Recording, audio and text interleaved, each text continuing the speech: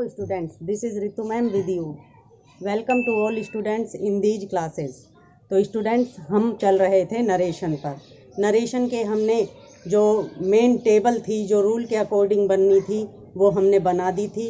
हमने आपसे last class में कहा था कि अब सिंपल जो सेंटेंसेस हैं उनका हर टेंस का एक एक सेंटेंस मैं आपको करके बताऊंगी, जो कि बिल्कुल उन 3 टेबल पर आधारित होगा जो मैंने आपको लास्ट क्लास में बनवाई थी। तो चलिए स्टार्ट करते हैं। देखिए स्टूडेंट, सबसे पहले हमको यहाँ लिखना होगा सिंपल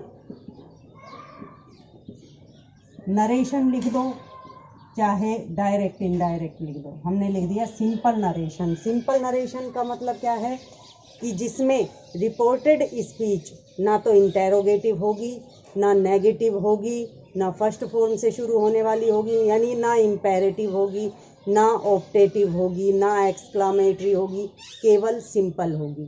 सिंपल वाक्य आएगा। जैसे हमने लिखा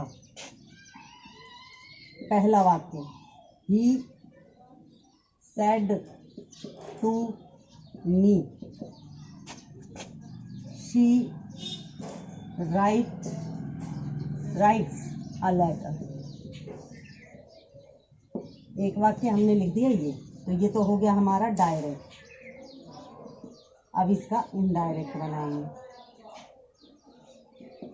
तो इनडायरेक्ट देखिए स्टूडेंट्स कैसे बनेगा। हमने आपको सबसे पहला रूल बताया था सेड टू को बदलना। अब ये पास्ट टेंस है तो ये बदलेगा। यहाँ पे अगर सेज आ जाता, या से आ जाता, या विल से आ जाता, या शैल से आ जाता, तो इसके टेंस में परिवर्तन नहीं करना था, इसमें फिर भी परिवर्तन होता। तो हम लिखेंगे ही टोल्ड मी। इन्वर्टेड कॉमाज हमको ये जो हैं हटाने के लिए, ये सिंपल सेंटेंस है इसलिए इसमें लगा देंगे that.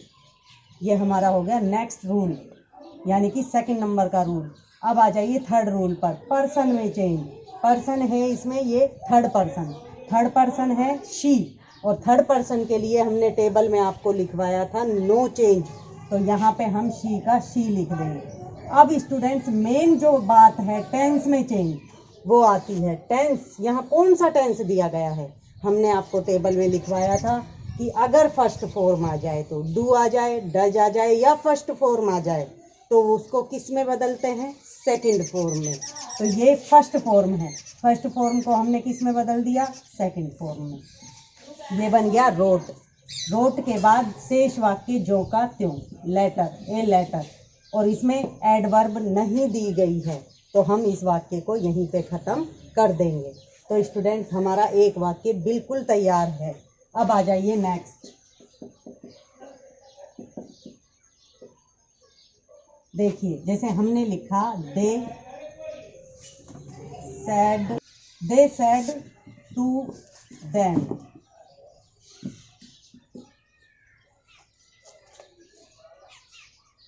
We are making a picture now. हमने लिखा है sentence we are making a picture now, जो कि प्रेजेंट कंटिन्यूअस का सेंटेंस है।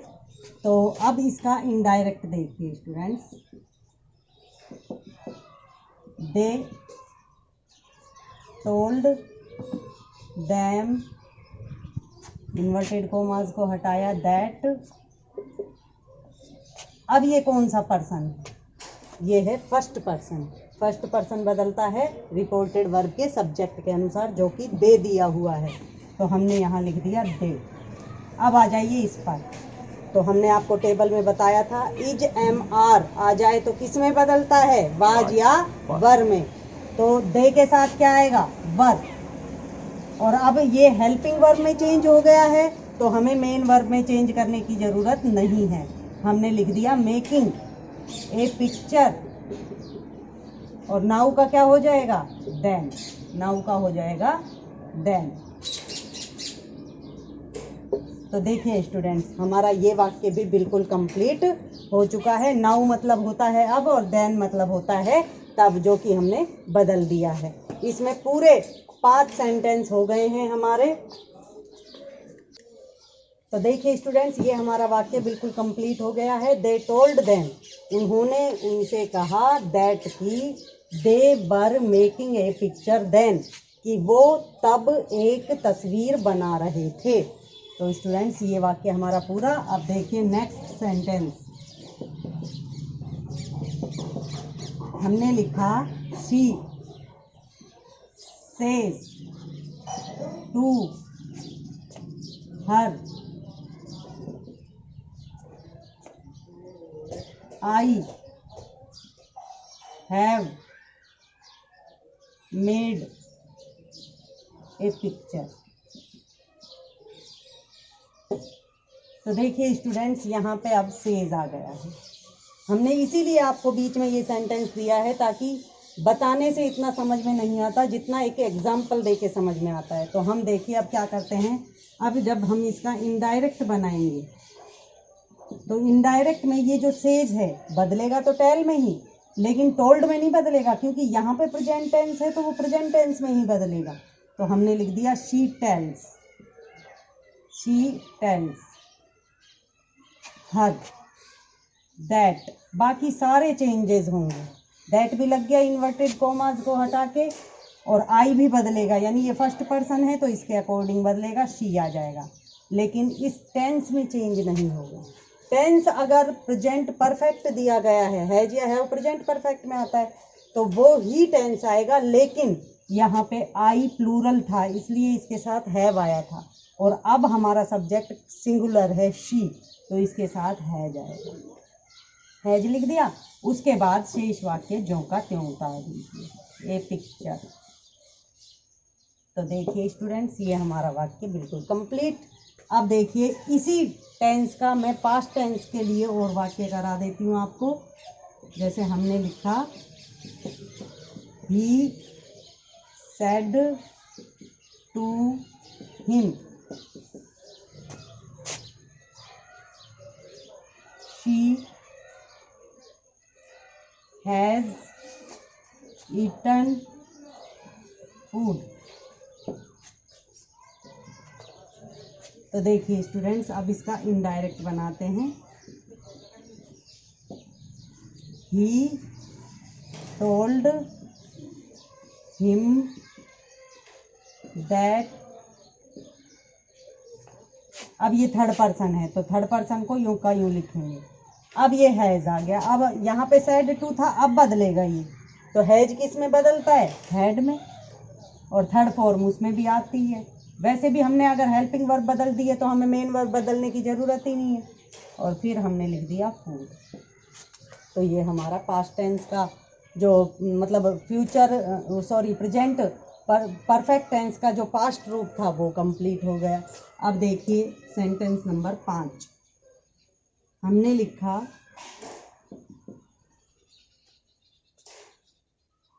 आई said to her he wrote a story yesterday।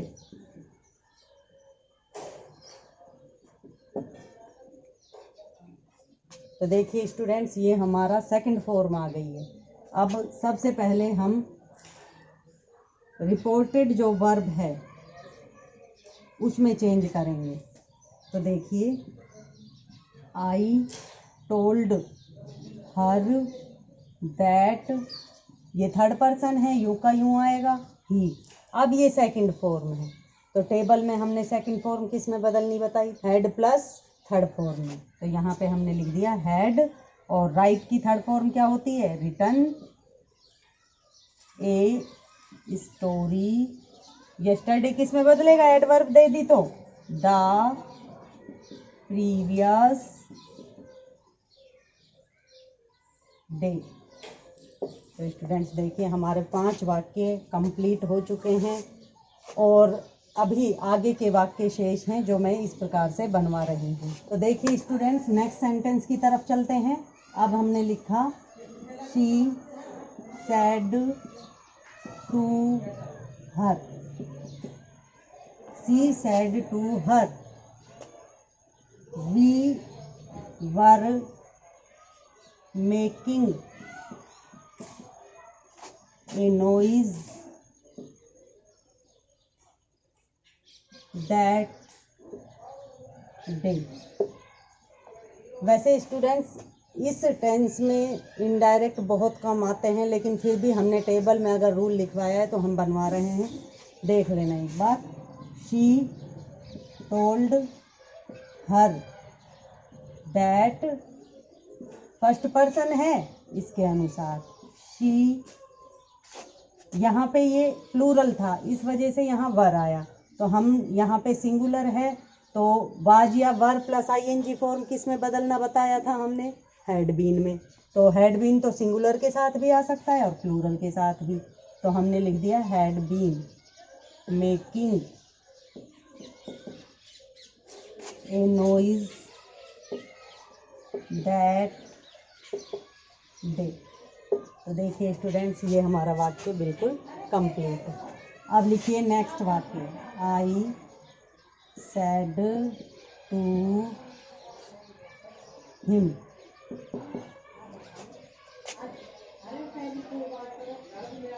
He can write a story। तो देखिए स्टूडेंट्स अब इसका हम बनाएंगे indirect. I told him that, ये थर्ड पर्सन है तो थर्ड पर्सन नो चेंज, तो हमने लिख दिया ही। कैन बदलेगा, हमने कहा था जितने भी मॉडल आएंगे वो सब पास्ट रूप में बदलेंगे, तो कैन को हम बदल देंगे कुड में। Right I story. तो देखिए स्टूडेंट्स ये वाक्य हमारा पूरा बन चुका है।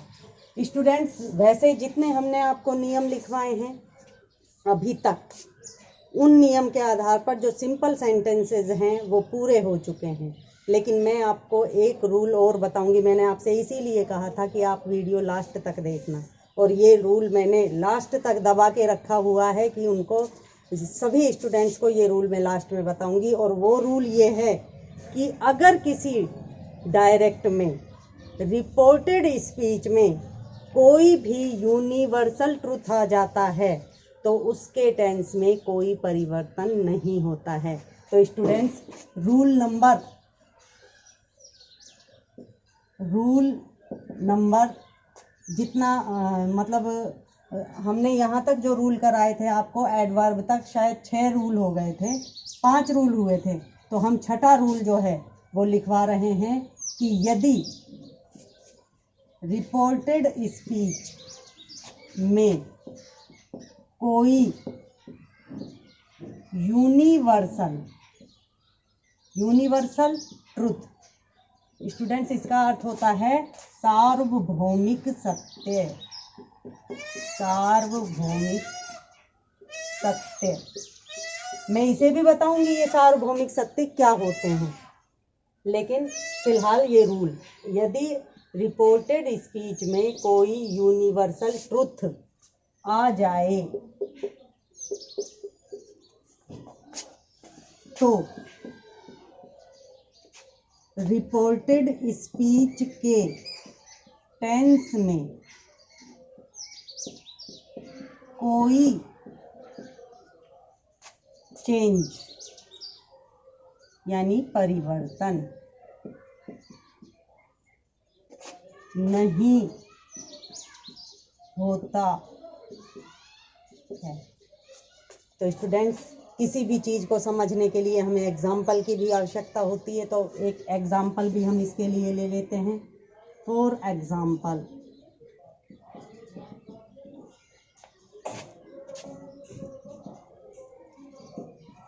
he said to me the sun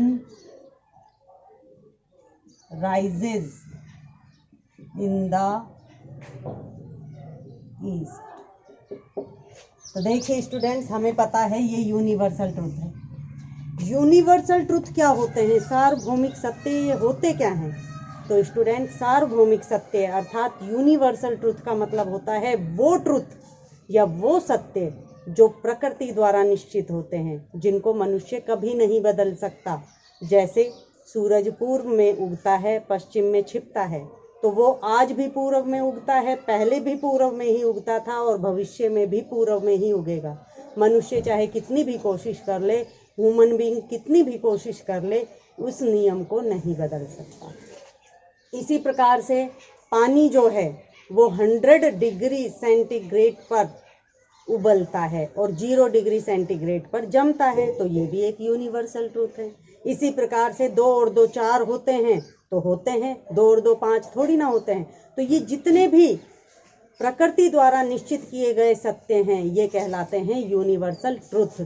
तो इनको हम कभी भी चेंज नहीं कर सकते, केवल भगवान के हाथ में ही इनकी डोर होती है। तो स्टूडेंट्स, अब हमारे सेंटेंस पर आ जाते हैं। देखिए, अब हम इसका इनडायरेक्ट बनाते हैं। ही टोल्ड, इसमें बाकी सारे चेंज होंगे लेकिन टेंस में चेंज नहीं होगा। He told me that the son, इसमें हमें पर्सन भी चेंज नहीं करना है, क्योंकि जो नाम दिया गया होगा वो प्रकृति द्वारा निश्चित किया गया नाम होगा, जिसको हम नहीं बदल सकते। द सन राइजेस, ये फर्स्ट फॉर्म है, तो स्टूडेंट्स ये यूनिवर्सल ट्रूथ है। ये राइजेस का राइजेस ही आएगा, राइजेस इन द ईस्ट। तो देखिए स्टूडेंट्स, आज हमारा ये जो सिंपल डायरेक्ट इनडायरेक्ट का टॉपिक था, ये बिल्कुल कंप्लीट हो गया है। और मैं जहाँ तक समझती हूँ, मैंने अपनी पूरी मेहनत से आपको बहुत ही सरल वे में, बहुत ही सरल तरीके से आपको समझाया है। तो नेक्स्ट वीडियो के लिए हम और नया टॉपिक लेंगे। टॉपिक का मेरा मतलब है इसी डायरेक्ट इनडायरेक्ट का इंटेरोगेटिव पार्ट लेंगे। तब तक के लिए थैंक्स।